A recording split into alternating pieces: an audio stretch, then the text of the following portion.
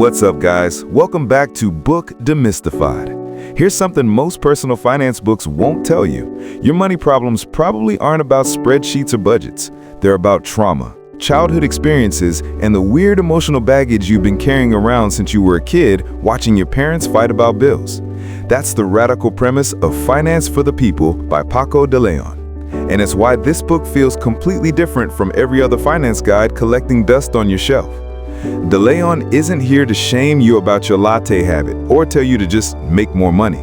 Instead, she's asking you to look at the psychological barriers keeping you stuck, and then giving you a clear roadmap to actually fix your financial life from the inside out. Paco de Leon is the founder of the Hell Yeah Group, a financial firm specifically designed for creative professionals and freelancers. She's an author, illustrator, musician, and TED speaker who brings a completely fresh perspective to personal finance. Unlike traditional financial advisors who focus purely on numbers and behaviors, De Leon combines financial planning with psychology and mindfulness. Her background working with creatives, artists, and people with irregular income streams gives her a unique understanding of the real emotional and practical challenges people face with money. She's not just crunching numbers, she's translating complex financial concepts into accessible visual frameworks that actually make sense to people who felt alienated by traditional finance culture. The book opens with a truth bomb that sets the tone for everything that follows. We are all weird about money. And that weirdness is normal. De Leon explains that money is deeply emotional because it's tied to our survival, our identity, and our deepest insecurities. She explores how our money beliefs are formed in childhood through what she calls our money origin stories. These are the experiences, observations, and messages we absorbed about money before we even understood what money was. Maybe you watched the parent lose a job and internalized that money is scarce and dangerous. Maybe you grew up wealthy, but saw how money created family conflict, so you unconsciously sabotaged your own earning potential. Maybe you learned that talking about money was taboo, so now you feel paralyzed every time you need to negotiate a raise. De Leon argues that until you understand your money origin story, you'll keep repeating the same destructive patterns no matter how many budgeting apps you download. This leads directly into what De Leon calls the inner work of finance. She introduces the concept of the window of tolerance, borrowed from trauma psychology. Your window of tolerance is your optimal zone where you can think clearly and make rational decisions. When it comes to money, stress, anxiety, and fear push you outside this window. You either shut down completely and avoid looking at your bank account, or you panic and make impulsive decisions. De Leon explains that you cannot make good financial decisions when you're in a state of emotional dysregulation. This is why people who intellectually understand money still make terrible choices. The solution isn't more information. It's learning to regulate your nervous system and expand your window of tolerance around money. She provides practical exercises to help you notice when you're getting triggered, pause, and bring yourself back to a calm state where you can actually think. Once you started the inner work, De Leon introduces her signature framework, the Pyramid of Financial Awesomeness. This is a visual hierarchy that shows you exactly what to prioritize and in what order. The foundation of the pyramid is basic cash flow management, which means earning more than you spend and knowing where your money goes. Without this foundation, nothing else matters. The next level is building a small emergency fund of around $1,000. This isn't your ultimate emergency fund, it's just enough to handle minor crises without going into debt. Then you tackle high-interest debt because paying 18% interest on credit cards is sabotaging everything else you're trying to build. After that, you increase your emergency fund to 3 to 6 months of expenses. Only after these foundational layers are solid do you move up to retirement savings, investing, and building wealth. The genius of the pyramid is that it removes decision paralysis.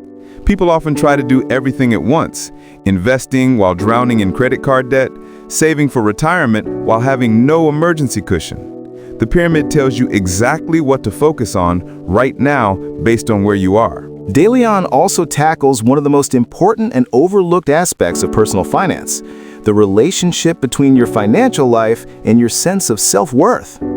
She explains that how you feel about your finances directly impacts how you feel about yourself as a person. If you're constantly anxious about money, that anxiety bleeds into every area of your life. You can't compartmentalize your financial stress, even though you might try to convince yourself you can. This creates a vicious cycle.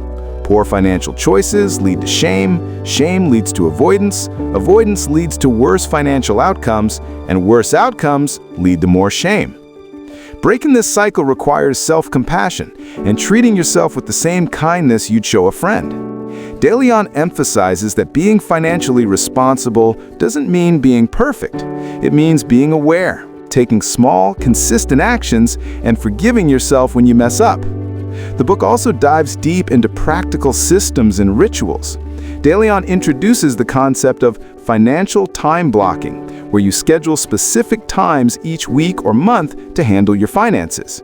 Just like you'd schedule a workout or a meeting, you need to schedule time to review your spending, pay bills, and check in on your goals. She also discusses the Pareto principle applied to money. 80% of your financial results come from 20% of your actions. So instead of obsessing over every tiny expense, focus on the big levers: increasing your income, reducing your 3 largest expense categories, and automating your savings and investments. Small habits compound over time, but you have to be strategic about which habits you're building. Throughout the book, De Leon addresses systemic issues that traditional personal finance ignores. She acknowledges that advice like, just save more, is useless if you're barely making ends meet. She talks about how capitalism and consumerism are designed to extract money from you at every turn. She discusses the psychological warfare of marketing and how companies engineer products to keep you spending. Understanding these forces doesn't mean you're helpless against them, but it does mean you need to be intentional and aware. She also tackles lifestyle creep, which happens when your spending increases every time your income increases. The solution isn't to never enjoy your money, but to make conscious choices about what truly adds value to your life versus what's just status signaling or trying to fill an emotional void. If you're finding value in these book summaries, hit that like button and subscribe so you don't miss future videos. One of the most powerful sections of the book deals with making financial decisions during emotional states.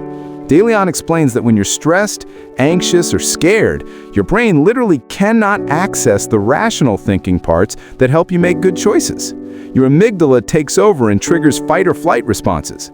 This is why people make terrible financial decisions during breakups, job losses, or other crises. The key is to recognize when you're in this state and delay major decisions until you can get back into your window of tolerance. She provides grounding techniques and mindfulness practices specifically designed for financial stress. De Leon also explores the paradoxes of money that keep people stuck. For example, you need to think long-term to build wealth, but you also need to enjoy your life in the present. You need to be optimistic enough to invest for the future, but realistic enough to prepare for emergencies. You need discipline and systems, but also flexibility to adapt when life changes. Learning to hold these contradictions without letting them paralyze you is part of financial maturity. There's no perfect answer to these paradoxes. There's only the answer that works for your specific situation and values. The book wraps up by emphasizing that your relationship with money is a lifelong practice, not a problem to solve once and forget. Financial health isn't a destination. It's an ongoing practice of awareness, adjustment, and growth. You'll make mistakes, your situation will change, and unexpected challenges will arise. The goal isn't perfection, it's building the resilience and systems to handle whatever comes. De Leon leaves you with the empowering message that you have more control than you think. Even if you can't control the economic system or your past experiences, you can control your daily choices, your mindset, and your relationship with yourself around money. This summary gives you the core concepts, but I highly recommend reading the full book to get all the depth, stories, and nuance the author provides. De Leon's illustrations alone are worth the price, and the exercises she includes will help you do the inner work that makes all the practical advice actually stick. What was your biggest insight from this book? Drop it in the comments. Thanks for watching, and I'll see you in the next summary.